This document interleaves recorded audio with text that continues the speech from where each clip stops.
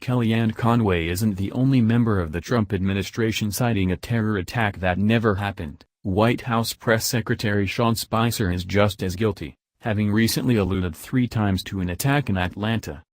Spicer first made an Atlanta reference during a January 29 appearance on ABC's This Week, telling Chief Global Affairs correspondent Martha Raddatz, "What do we say to the family who loses somebody over a terroristic, sick, to whether it's Atlanta or San Bernardino or the Boston bomber?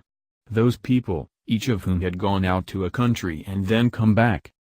And the head-scratching continued the next day while on MSNBC's Morning Joe, when he argued that there are too many instances of terrorism in the U.S., whether you're talking about San Bernardino, Atlanta.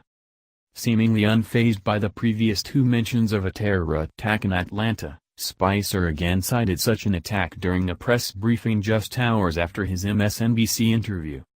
He mentioned Atlanta after being asked by a reporter why countries with terrorist ties are not included in President Trump's travel ban. "We're reviewing the entire process over this period of time to make sure that we do this right," Spicer said. "But I don't think you have to look any further than the families of the Boston Marathon, in Atlanta, in San Bernardino to ask if we can go further."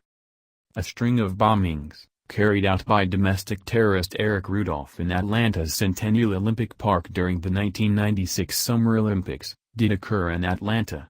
But that's not what Spicer has been referring to. In an email to ABC News Wednesday, Spicer finally addressed his repeated reference to an Atlanta terror attack, writing that he clearly meant Orlando.